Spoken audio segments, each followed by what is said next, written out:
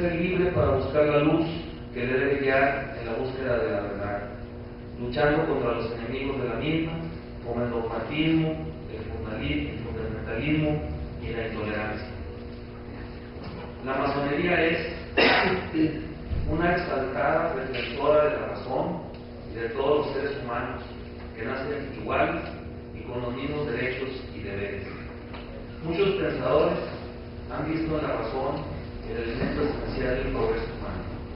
Los masones son favorables a todos los científicos y a sus avances sin ningún tipo de recelo, porque uno de los grandes principios masónicos es el progreso de la humanidad y todo lo que suponga un avance social basado en la razón y en la ciencia. La masonería es una escuela de formación de sus integrantes y para alcanzar sus metas requiere de los trabajos en las logias. Su objetivo principal no es inculcar a sus adeptos conocimientos y verdades, sino principios filosóficos y un sistema de valores. La masonería busca formar en el hombre tres cualidades básicas: ser una persona ilustrada que aporte el progreso de la sociedad, ser una persona moral que distingue el bien del mal y contribuya a obtener la felicidad, y ser una persona libre y responsable. La auténtica masonería es, en esencia, eminentemente laica, libre de todo impedimento que limite el perfeccionamiento del hombre. El laicismo, y en especial su práctica, tienen a darle al ser humano calidad de entendimiento y libertad para conocerse a sí mismo y tener una mejor actuación como persona en la sociedad. Todo gracias a una mente libre y capaz de captar lo que es justo y verdadero en su actuar. Finalmente, tratemos brevemente laicismo y libertad de pensamiento. El libre pensamiento y la masonería están profundamente unidos. A pesar de la decadencia del movimiento libre pensador, sus ideas no desaparecieron del discurso masónico. El libre pensamiento, el pensar con libertad y expresar, ha llevado a muchas personas al destierro y hasta la muerte, por parte de quienes sienten en posesión de la verdad, su verdad, y quienes afirman tener a Dios de su parte. El libre pensamiento, el pensar libre y sin ataduras, es una característica propia del ser humano que ha evolucionado y pone la razón por encima de otras consideraciones. Por ello, la esencia del libre pensamiento es su lucha en contra de las imposiciones ideológicas y los dogmas religiosos. Las corrientes librepensadoras impulsaron el constitucionalismo, los derechos del hombre, la democracia, nuevos conceptos educativos, etc., logrando con ellos un avance de la humanidad.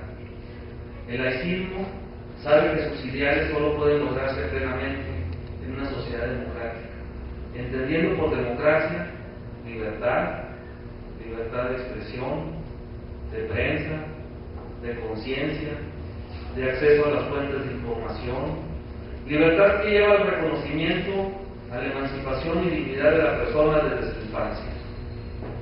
Laicismo es sinónimo de tolerancia. Gracias a esta concepción del laicismo, se puede ver en cada ciudadano hacer libres e iguales, sin que importe la etnia a que pertenezcan, el partido político por el que voten o las convicciones que muevan su espíritu.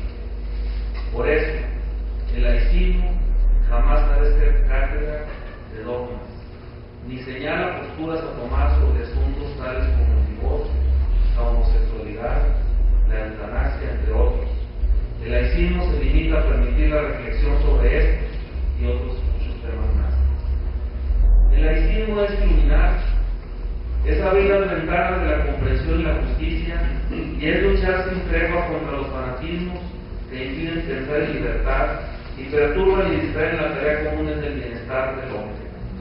El libre pensamiento coincide con el laicismo en la defensa de la libertad de conciencia, al sostener también que la educación laica es o debe de ser el método de enseñanza específico de la democracia y que el Estado debe proponerse formar hombres libres.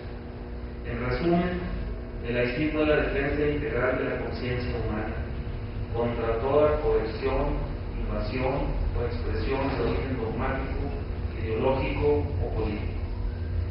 Previo a la conclusión de esta participación, creo importante hacer énfasis en señalar, además de todo lo anterior, el por qué es importante el carácter laico del Estado mexicano. Es importante porque lo que está en juego en nuestro país es la lucha histórica y permanente entre los grupos conservadores y los grupos liberales. Por definición, los grupos conservadores aspiran a mantener una situación que les permita mantener sus privilegios a toda costa. De ahí que se opongan permanentemente a cualquier avance de la sociedad, a las posturas progresistas y revolucionarias y a la libre difusión de las ideas, aun cuando la riqueza de estas es la que permite a una sociedad ser mejor. Conclusión.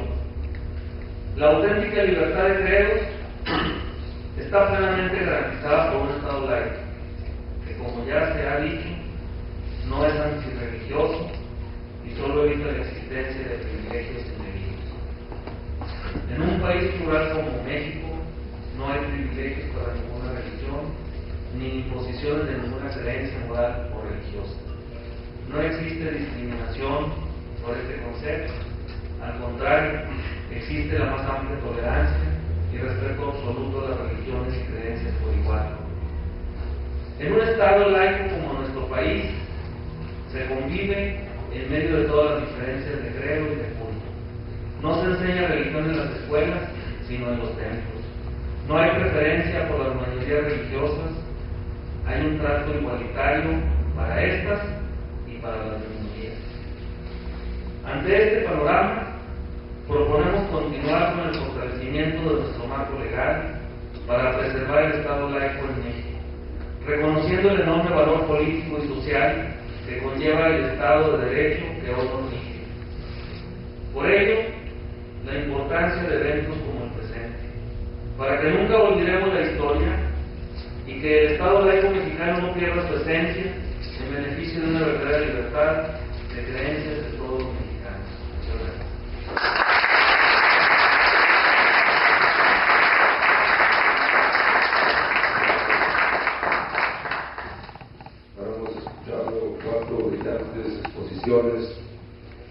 Y damos lugar al espacio de preguntas por parte del público.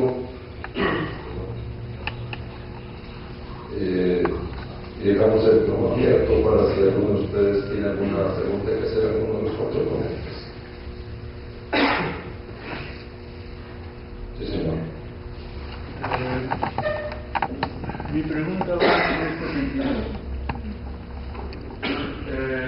Históricamente ya ha sido establecido con toda claridad el carácter laico. Ya lo comentábamos, ustedes, me llevo muchas cosas de aquí. Pero mi pregunta va dirigida, primero felicitarlos porque qué bárbaro, juntar tantas personalidades en un solo momento de vida. Y gracias por esa situación. Pero mi pregunta va dirigida, si esa característica de Estado laico es la que nos rige, ¿por qué esa enorme carga ideológica que hay en los medios respecto a una determinada tendencia religiosa? No es fácil aceptarlo para mí, pero es un hecho. Sí. Para el que corresponde, no. Yo no sé si alguno quiera la respuesta, porque todos, si el momento sí. Considero que los medios no han asumido en su totalidad el compromiso con entidades públicas que tienen, por la sencilla razón de que esa información sesgada con cierto punto de vista vertical los compromete, mas no los compromete consigo mismos, con sus intereses, con sus valores que profesan, con la búsqueda de ese marketing o de esa publicidad un tanto sesgada que le dan, como usted bien lo señala, a información que debe ser nítida, oportuna y verídica. Ahí radica la falta de compromiso social de los medios de publicidad o los medios informativos socialmente responsables también, que deben de ser. Y de ahí la carencia de ética y de moral de los mismos, consecuencia por ello de una falta de conciencia colectiva que dé sentido a una responsabilidad también de igual forma, con orden colectivo. Es mi respuesta.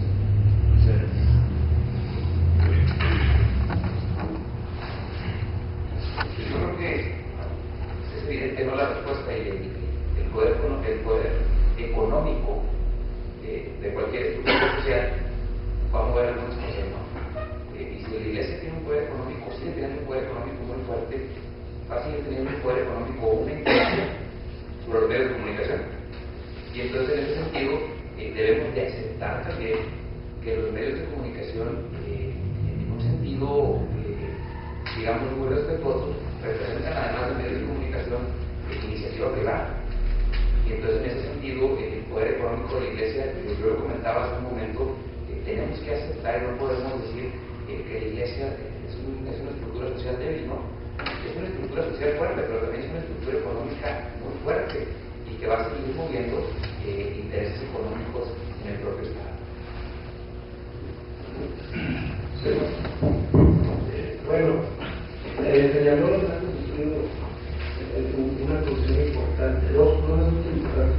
La carga cultural que tiene nuestro país respecto a la religión católica. Y en la Constitución del 24, el siglo XIX, que se establece la religión católica, es cierto esto, y lo plantea Morelos de una manera exige el avance del imperio inglés y del imperio estadounidense. Y ya el patrón de ideas, por eso hay una carga cultural muy amplia, ¿sí?